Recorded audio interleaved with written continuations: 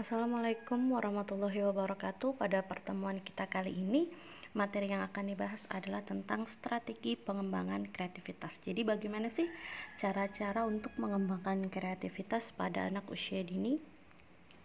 Nah, jadi setiap orang itu sangat menginginkan untuk menjadi seorang yang kreatif, betul kan? Semua orang itu dapat dipastikan menyelesaikan permasalahannya itu karena pada dasarnya setiap manusia itu memiliki potensi kreatif. Hanya saja permasalahannya itu sejauh mana potensi ini diasah pada diri anak atau pada diri individu masing-masing sehingga mereka dapat menghasilkan karya dan gagasan yang spektakuler dengan ide-idenya gitu. Menjadi kreatif nih, menjadi orang yang kreatif itu membuat hidup jauh lebih indah gitu kan, tidak monoton gitu. Jadi punya keinginan untuk maju, tidak statis gitu. Jadi lebih menikmati hidup dibandingkan orang yang terjebak dalam rutinitas hidup yang monoton dan membosankan. Kreativitas ini juga membuka wacana dan wawasan baru dari episode kehidupan ke episode berikutnya. Jadi kreativitas ini akan memberikan semangat dalam menghadapi kehidupan gitu. Jadi terkadang permasalahan-permasalahan yang kita hadapi itu membutuhkan daya kreativitas untuk diselesaikan. Oke, yang pertama ada 7 strategi pengembangan kreativitas. Yang pertama itu pengembangan kreativitas melalui menciptakan produk atau hasil karya. Yang kedua, melalui imajinasi. Yang ketiga, melalui eksplorasi. Yang keempat, melalui eksperimen. Yang kelima, melalui kegiatan proyek. Yang keenam, melalui kegiatan bermusik. Dan yang terakhir, yang ketujuh adalah mengembangkan kreativitas melalui bahasa. Nah, Ibu akan jelaskan satu persatu bagaimana strateginya. Oke, pengembangan kreativitas melalui menciptakan produk atau hasil karya.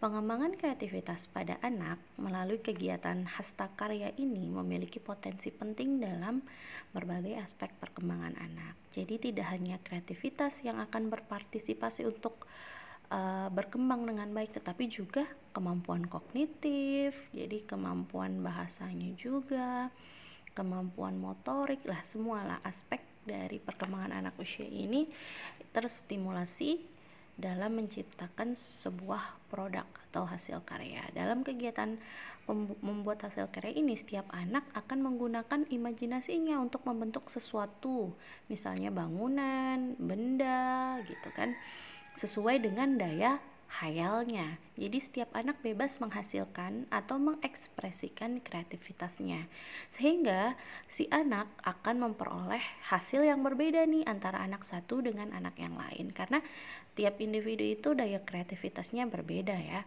Nah, pada dasarnya hasil karya anak ini dibuat melalui aktivitas seperti misalnya bisa menggambar, melipat kertas, membuat kolase, menyusun puzzle, pokoknya segala macam lah, membuat konstruksi gitu. Jadi mereka itu bisa memodifikasi dari benda yang ada. Jadi ketika dia modifikasi akan menjadi sebuah produk baru atau hasil karya yang baru. Jadi anak lebih kreatif dan semangat untuk menemukan hal-hal yang baru. Nah, untuk contoh-contohnya kita akan bahas di minggu depan ya, hasil karya apa saja yang bisa kita buat untuk mengembangkan kreativitas anak usia dini. Oke, selanjutnya pengembangan kreativitas melalui imajinasi. Nah, biasanya kita pada waktu kecil dulu itu kan suka berimajinasi ya. Biasanya kita nih anak perempuan itu suka bermain sosiodrama atau bermain peran. Biasanya kita itu berpura-pura menjadi ibu ya kan, berpura-pura masak, menyetrika, mencuci, jadi bermain bermain peran guru gitu, menjadi seorang guru dan lain-lain gitu. Nah, imajinasi ini adalah kemampuan untuk merespon atau melakukan fantasi yang kita rekam di otak. Jadi imajinasi itu merupakan salah satu bentuk efektif untuk mengembangkan kemampuan intelektual, sosial, bahasa, dan terutama kreativitas si anak gitu. Imajinasi ini adalah daya pikir untuk membayangkan atau mengangan-angankan atau menciptakan gambar-gambar, bisa berupa lukisan, karangan, dan sebagainya. Terus bisa juga kejadian yang berdasarkan kenyataan atau pengalaman seseorang gitu. Jadi imajinasi itu bersumber dari daya hayal si anak gitu. Dalam hal ini, imajinasi yang dimaksud adalah kemampuan berpikir divergen seseorang yang dilakukan tanpa batas, seluas-luasnya, multi perspektif dalam merespon suatu stimulasi. Kemampuan ini juga sangat berguna untuk mengembangkan kreativitas anak. Dengan imajinasi, anak dapat mengembangkan daya pikir, daya cipta tanpa dibatasi kenyataan dan realitas sehari-hari. Ini adalah salah satu latihan yang mendasar agar anak mampu berkreasi dan berimajinasi gitu ya. Jadi imajinasinya bisa dalam bermain peran gitu. Oke, yang ketiga adalah pengembangan kreativitas melalui eksplorasi. Nah, kegiatan eksplorasi adalah kegiatan menjelajah lapangan dengan tujuan memperoleh pengetahuan yang lebih banyak, terutama sumber alam yang ada di tempat tersebut, lingkungan di sekitar anak. Nah, eksplorasi ini dapat pula dikaitkan dengan kegiatan untuk memperoleh pengalaman baru dan situasi yang baru. Nah, eksplorasi merupakan kegiatan permainan yang dilakukan dengan cara menjelajahi atau mengunjungi suatu tempat gitu ya, untuk mempelajari sesuatu sambil mencari kesenangan dan hiburan serta permainan. Misalnya kita ajak anak usia dini untuk keluar, kita mau melihat sekeliling kita. Oh, ternyata di sekeliling kita ada daun. Nah, kemudian di sekeliling kita ada bunga. Kita jelaskan, kita bisa memasukkan unsur pembelajaran pada kegiatan itu. Oh, bunga ini terdiri dari kelopak, ada daunnya, nah segala macam. Jadi eksplorasi lingkungan ini penting juga untuk mengembangkan kreativitas anak. Misalnya anak setelah berada di luar, kumpulkan daun. Dari daun-daun kering itu bisa kita buat sebuah hasil karya gitu ya. Jadi selain mereka berpetualang, dapat juga informasi yang lebih luas tentang dunia di sekitarnya. Terus kemudian mampu menumbuhkan rasa keingintahuan si anak. Terus kemudian bisa menstimulasi keterampilan yang dimiliki si anak gitu. Oke, selanjutnya dengan pengembangan kreativitas melalui eksperimen.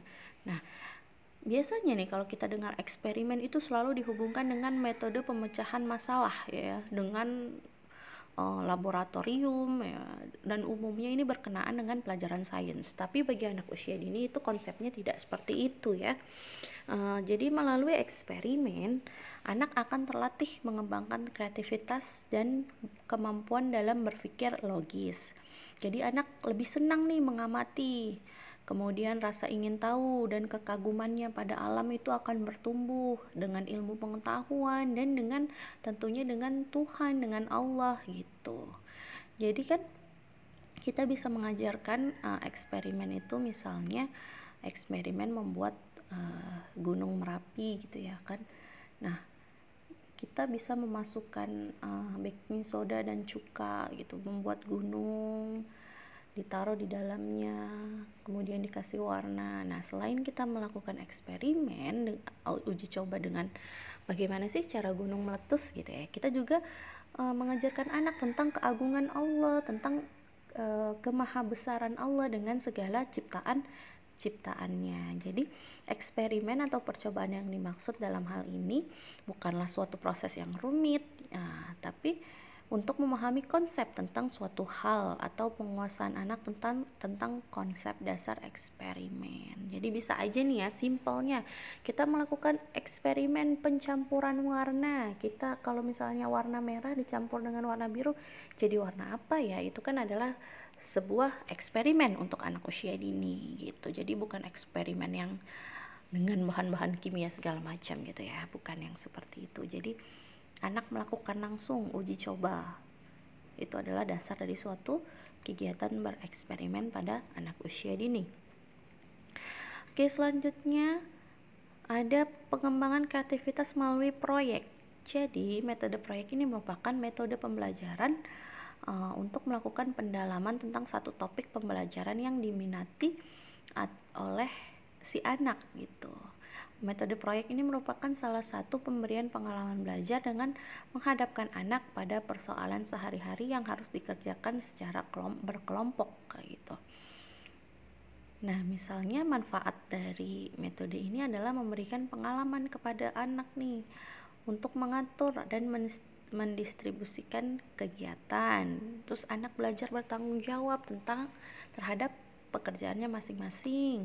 Terus memupuk semangat gotong royong dan kerjasama antar anak. Memberikan kesempatan pada anak untuk mengembangkan sikap dan keberanian dalam melaksanakan pekerjaan yang cermat. Oke, misalnya metode kegiatan proyek ini seperti apa sih? Oke, misalnya kayak gini ya. Kita tema kali ini adalah tentang hutan gitu ya temanya. Oke, di puncak tema maka kegiatannya adalah membuat miniatur hutan.